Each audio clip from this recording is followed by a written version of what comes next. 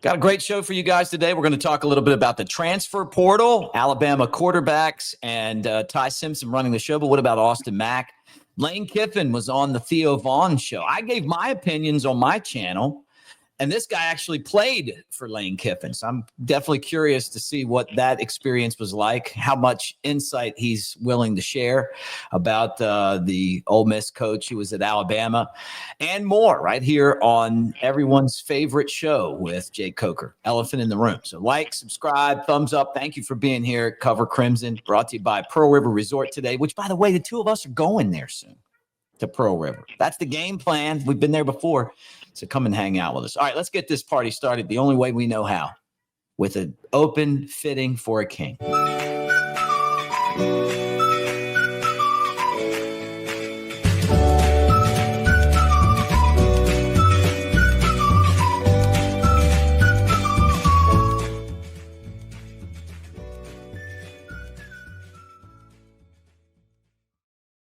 All right, there he is, the national championship quarterback himself from 2015, and our good buddy, Jake Coker. I'm Mick Gillispie.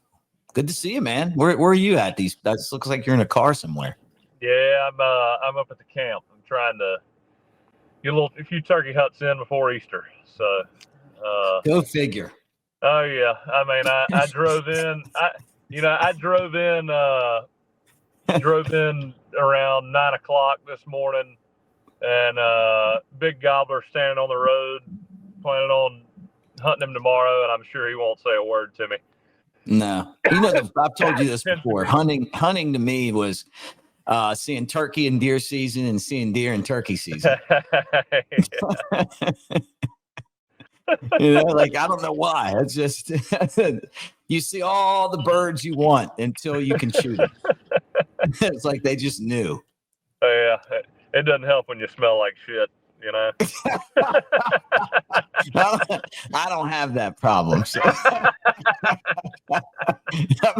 about the guy in the comment section that said he took a shit from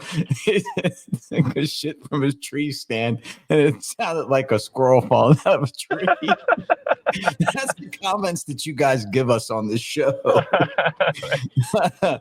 Oh my goodness. Well, I mean, there's so much to get into today, besides your hunting, but hopefully you are productive and you knock down a big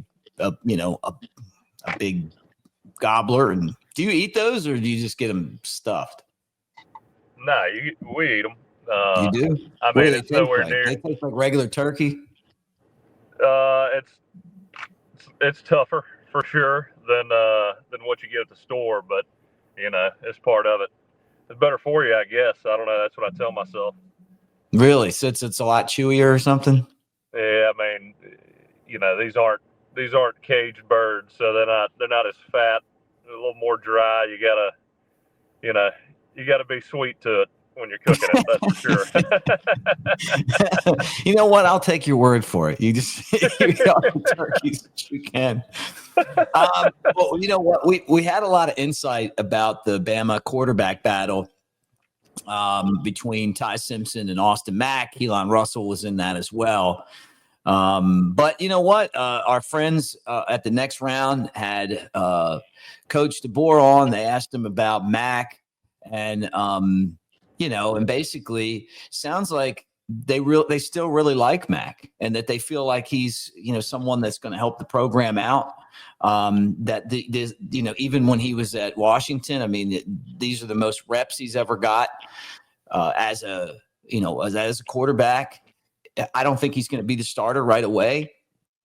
I don't think Alabama will do a 2 quarterback system, which is a question that we can talk about. Clint and I got into that on Cover Crimson. But if you're the guy that didn't win the job, what do you do? How do you handle that? And how did you handle it? You were in one of those competitions at Florida State. Well, he's a younger guy. He's still got 3 years left. Mm-hmm. I mean, he's been with these guys for a while. I know he's got to be pretty comfortable with the system by now. And I mean, you watch Kalen DeBoer and Ryan Grubb together. At least at Washington, that's the last time we saw them together. Obviously, very good at developing quarterbacks. And you see Ryan Grubb come in here, and he's a lot more assertive. I feel like he's communicating with the entire offense, getting everybody on the same page. So to me, him and DeBoer together, they're going to get you to a place where you're operating at the highest level possible. I mean, you go somewhere in college, A, because you love the school, and B, because you want to develop to be the best player you can be. And I mean, at the quarterback position at Alabama right now, you got to feel really good about the two guys at the helm, getting those guys better. And Austin, I've said it before. I mean, the guy's got a lot of tools. He's a really talented kid. Just in a weird spot with Ty, because I mean, you don't see guys that stick around as long as Ty has with the talent that he has. Been there for this is going on his 4th year. Stuck it out. I mean, you got to pull for a guy like that, to get his opportunity. Somebody who's stayed loyal to the program, and hopefully Austin learns from him. And I mean, hopefully Ty has one hell of a year this year, and maybe so good that he's looking at the NFL. But you got to focus on the day to day without getting bogged down and getting somewhat depressed about not starting. Because I know, I tell you what, I spent 4 years not starting, and that gets to sometimes a lonely place. And really, it's hard to block all that out and just focus on getting better every day when you constantly feel like you're not the guy, and you're not getting that opportunity. Can't feel sorry for yourself. You're still at Alabama, and that's a hell of an opportunity. And I mean, there's a lot of kids out there that would love to just have the opportunity to put that jersey on. You bring up a great point too, when you say, if Simpson has a great year, there's a chance that he could go in the NFL draft. I've never even considered that, and you're exactly right. And that would be the best case scenario for Austin Mack. I mean, just if, because then you're going to go to him next, right? I mean, unless you feel like Russell's ready. And that could be what happens too. But that when you're at Alabama and you have a good season, you have a great chance to go to the NFL draft if you're an underclassman. Yeah, and I mean, you think about all the pieces that our coaching staff is putting together on offense. I mean, we're looking like we're going to have a really good receiving core. I mean, in terms of running backs, I think we're pretty set there. I mean, our offensive line is going to be pretty strong, I think. With the transfer portal, who knows who will be around next year? I mean, the year after this coming up year. But I mean, I think when you got leadership like Ty has right now, the command that he has over the offense, Isaiah Horton coming in, loving Ty Simpson, being familiar with him, I think everything, the stars kind of align on offense this year. I'm really, really looking forward to seeing how these pieces fit together, and I've got high hopes. So, it's hard for me to. It's always hard to say a guy's going to come in and start 1 year and just go to the NFL. I mean, we've seen it happen before, and it's a tough task. But I mean, I truly believe, I think Ty is going to have a really good year this year. I mean, just the way that he commands himself out there, the way that he anticipates, gets the ball out. Again, he's not the guy that blows you away physically like a Cam Newton would, or some of these other really big physical guys, but in terms of all the tools, he's got them all, and I think he's going to be really effective. Especially, I mean, I just think him and Ryan Grubb are going to be one hell of a match. Yeah, let's hope so. I mean, Ryan Grubb brings a little bit of just kind of that edge that they didn't have last year in this coaching staff. You can just feel it. Like, he's kind of the yin to the yang for DeBoer. DeBoer definitely the nice guy, and Grubb kind of the guy that's not afraid to tell you straight up what's up. But they work well together. Having him here is going to make a difference. And I'm excited to see what happens with quarterback. Yeah, I mean, it's kind of one of those things too. I think, this is Kalen DeBoer's first big time job without Ryan Grubb. And you got a guy who I think is going to be really good at Alabama and probably move on at some point. I mean, hopefully not, but Nick Sheridan, that's their first year coaching together. They're trying to figure out, how each other are going to operate within their roles together on offense. And this year you're getting back into the groove of what got you to Alabama. Kalen DeBoer, Ryan Grubb, and a lot of those same guys that they brought with them from Washington. So, it's like I said, we got the roster, we got the coaching staff that I think Kalen DeBoer feels most comfortable with, and it's I think this year's going to look a lot different than last year. Well, I think so too. I hope so, because that would be good.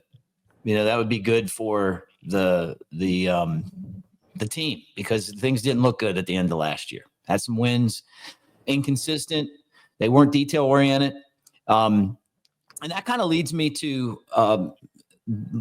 Theo Vaughn. You and I both like Theo Vaughn. I haven't really watched many of his complete shows, but I've seen a lot of clips. And then he went to Ole Miss. He had Lane Kiffin on. Did a really good interview. I thought Kiffin was an interesting person to have on there. Did a great job. But he talked about Alabama and kind of took some responsibility for why he was not well liked amongst some of the coaches and maybe even Saban when he was there. And it sounds like he's learned some lessons now that he's a head coach and having success that he probably wishes he would have followed when he was at Alabama. I think that's a light way of putting it. But you played with him. You were there during that time. So, yeah. And I'll say this, man, I'm definitely somebody that's not afraid to talk about some of the stuff that, not to get into specifics, but just to tell you, like, we're alluding to, or I'm alluding to the fact that the dude did some crazy crap when he was at Alabama, but at the same time, he's also a genius, man. I mean, like, the offensive side of the ball, like, no wonder he's successful. Yeah. I mean, you watch him, you just watch his body language, the way he communicates now. He seems to have, he just looks like he's a guy that's got everything under control now, and he seems really happy, you know, and I think, I think about when he was Alabama and all the things that were, his things that were going on off the field, on the field, trying to adjust to living in the South. I know, you hear me say that and you're like, what are you talking about? He's just coaching at Alabama. But it was definitely obvious he was not used to living in the South when he came to Alabama. You had taken a California guy and brought him into Alabama, and I think he had a little culture shock there too. Well, hold on. Let me just say time out. You could go at USC, go to whatever bar you want to go, stay there all night. Nobody cares, right? You could do that anywhere, but you come to the SEC and you do that. Everybody knows who you are because college football is such a big deal. Yeah. Well,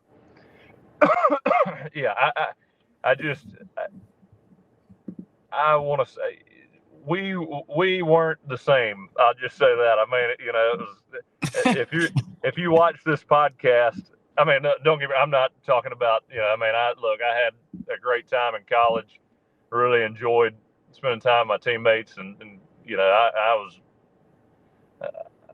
was an idiot, at times, and I think everybody, if you're honest, when you're in your low 20s, I think anybody would admit that that's not the smartest period of time in their life. But I think he seems to have a handle on really what his goals are, how he wants to be viewed, and the legacy he wants to leave as a coach. And you got to be proud of him, just the way that he communicates. He seems like he's got a lot of support from those fans over in Oxford. His team seems to love him. but just a whole different mindset, and it's so evident. And just watching some, I haven't watched the podcast. I saw a few tidbits on it, but you know, you could see he talks about Coach Saban and the process and how he didn't get it and this and that, and it was pretty evident, you know, in the locker room that they didn't really meet in the middle on a lot of things, to, you know, just to be transparent. But you know, when Coach Saban wins 7 national championships, it's kind of hard to argue with the process that he has in place. And there is nobody like Coach Saban. There's nobody that I have never met anybody in any profession that operates the way that he does in any profession, any sport. I mean, there's just nobody like him. So, and you know, when you go from the Raiders head coach, the Tennessee head coach, USC head coach, and then you become the offensive coordinator and you got a boss again. I mean, I would imagine that's a pretty big shot to the ego. You know, you're not calling the shots anymore, and you got a guy. I mean, I think everybody remembers Coach Saban saying, you know, they were talking about an argument on the sideline, and he goes, "Argument? You mean the ass chewing?" You know? Yeah. He used to rip into him because I think he appreciated how good he was at his job, but just how, you know, chaotic he was outside of that, you know. And this is the thing people got to remember. Nick Saban was, he paid attention to every single detail.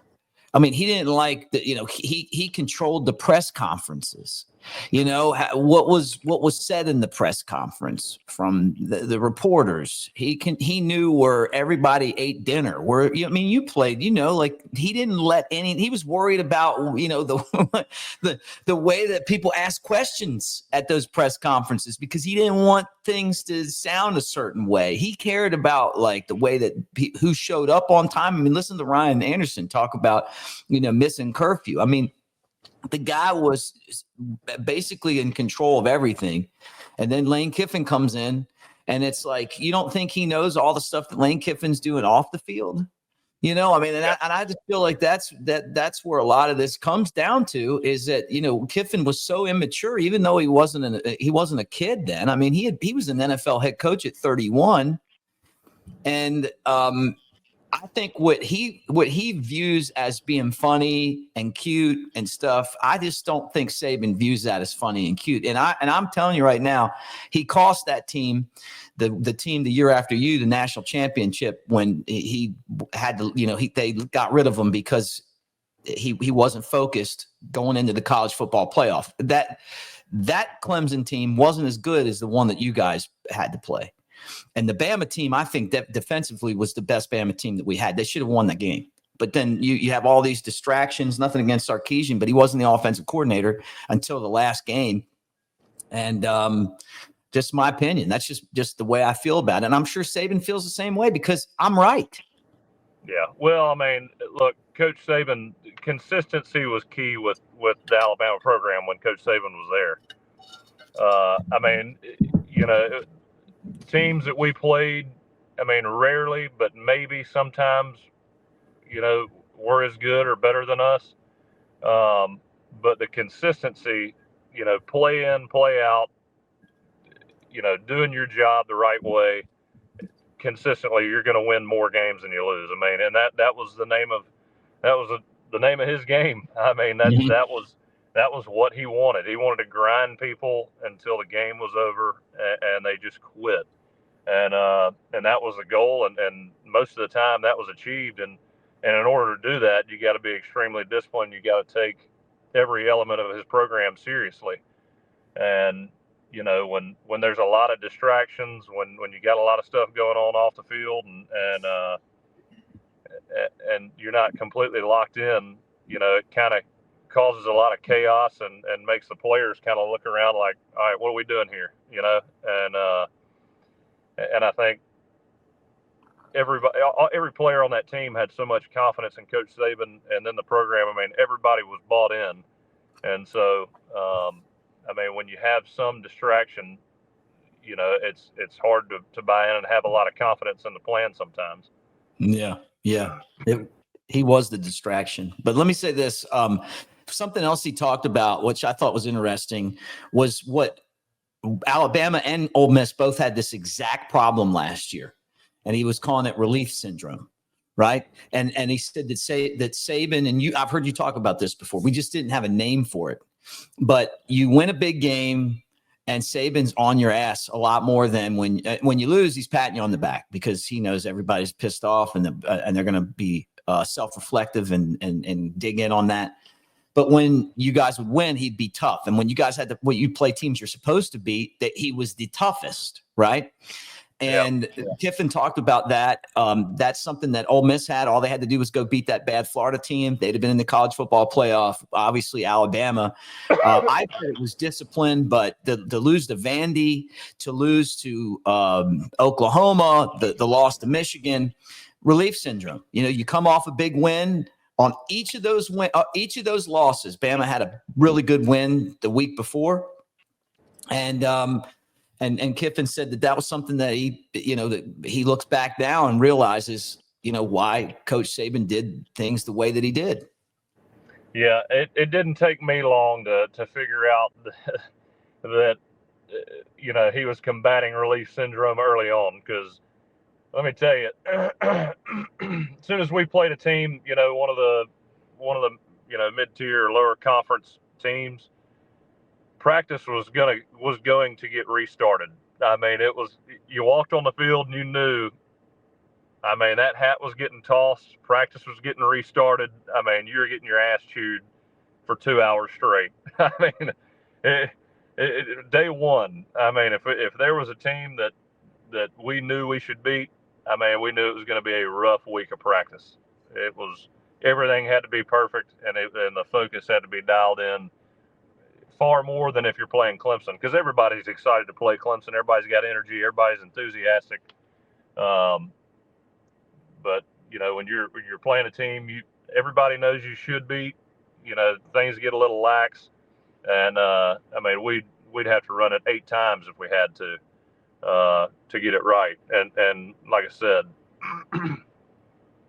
you just knew practice was getting restarted no matter how well you did the first 3 or 4 periods. So it didn't take me long to figure that out. Yeah, you've said that before. But relief syndrome. I'm going to tell it like I see it. I think he's still a great coach, and I think he could win a national championship at Ole Miss. How about that? He was a great coach at Alabama. I mean, yeah, he was a really, really great coach at Alabama. I can't tell you how appreciative I am of how he coached me and got me to play. I think as well as I could have, and I mean, the only thing that I would say is that. I wish we'd have had a closer relationship at Alabama. I think it would have helped the communication, and I think the player coach, quarterback coach dynamic is, I think it's extremely important for a quarterback, to be able to communicate and be one with his coach. That way, I mean, you're doing exactly what he's thinking on the field. But I mean, there were some distractions, and some of that is my fault, and I mean, it just is what it is. But at the end of the day, we made it work, and we got it done. So I loved playing in Alabama. I loved playing for Lane. Obviously, loved playing for Coach Saban. But it was different. He was different than any coach I'd ever had. So it definitely took some time to figure things out. Guys, let me remind you that we're brought to you by mybookie.ag. 50% deposit bonus up to $1,000 plus a $10 casino chip when using the code Crimson at mybookie.ag. And we really appreciate them for being part of what we do here on Cover Crimson. So thank you to them. And obviously, we appreciate them. So you could use Crimson, MyBookie, also next round, like it says at the top of our screen there. But either way, we appreciate them and thank you guys. Do you think that did you ever think like, hey, if this guy puts it all together, like when he kind of gets serious about life, he's going to be like, he could be one of the greatest coaches of his generation? Oh, for sure. For sure. I mean, if you had,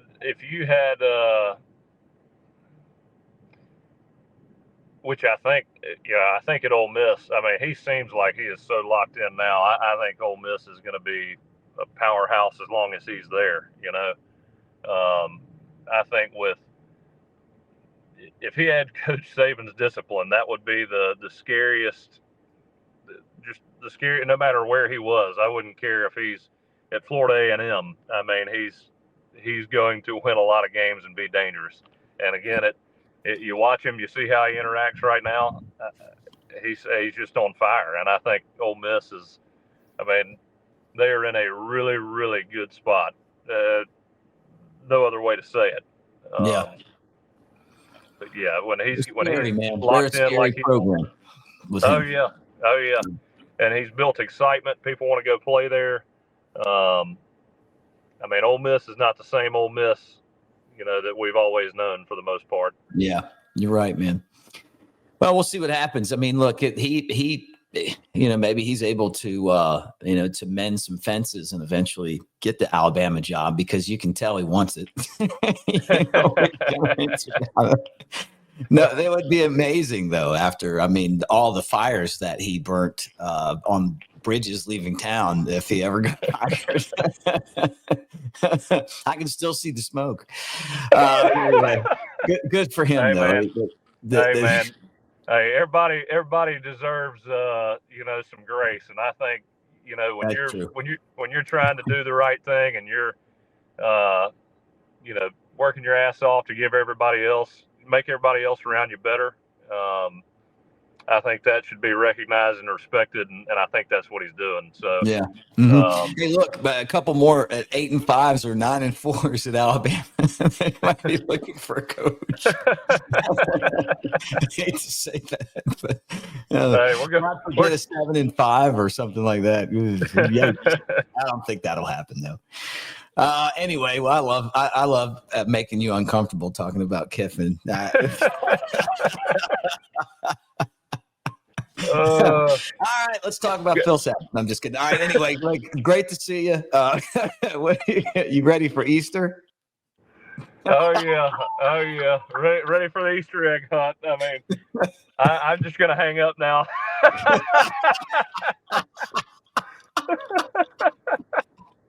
You got me over here like trying to make sure I'm saying everything right. You were sick. I've got to make up for a week and a half without seeing you because you've been sick. Hey, and we've got, you know what? And I don't want to get into it right now, but we're going to have some pretty good guests coming up this summer. I got a couple I'm going to tell you about when we get off here, but you'd be thinking about that too. And you guys tell us in the comment section. I mean, who would you like to have us interview when in studio, when we're back in LA and doing our thing. Now that I got the grass fixed, I can, we can have guests like Nick Saban come over. Hey, our boys at the Floribama, they want me to come toss the mullet again this year. I know you're not gonna make it, but me and Ryan are going down there to run it back, and I think Ryan Williams is coming down. Is he? I think. Yeah. Hopefully he can throw it better than Jalen. Won't be too hard. That makes me so jealous. I'm going for the drone this year. Yeah, you're gonna knock the drone out, man. I'm gonna have to get in the car and come down there, man. I cannot believe it. It's life circumstances, man. When you can't make something like that, it's the best time of year over at the Floribama. You even got your shirt on. That's what I love. You got your hoodie on and you're ready for some action. That's right. I love this task shirt. That's the way to go. All right, guys. Well, look, again, we appreciate you guys for hanging out with us. CoverCrimsonRightNow.com. Clint and the gang are on there constantly. $25 off the annual subscription at CoverCrimson.com. Make sure you go over there and take advantage of that. So $75 for the year. You can afford that. Come on. this day and age. And finally, Pearl River Resort, Philadelphia, Mississippi. We appreciate them. You're a big golfer, and they've got 2 amazing courses at Dancing Rabbit. The Azaleas and the Oaks are just amazing. And look, it's that time of year. Beautiful weather over at Pearl River, hour and a half from Tuscaloosa, 2 hours and change from Birmingham, but really anywhere in this area, you should go and check and have some fun. Silver Star and Golden Moon Casino. You got Philip M. Steakhouse, which is, fantastic. And then, obviously, we've talked about the sports book over at Golden Moon Casino. 20 big screen TVs, a huge bar. They have kiosks where you can do the individual gambling right there from your seat and watch games. And then if you need some help, they've got the window open as well. So we appreciate them for helping us out. We'll be there soon. We're actually planning something here in the near future. So for Jake Coker, I'm Mick Gillispie. Anything that you want to add to the show today, Jake? Roll Tide. Gobble, gobble.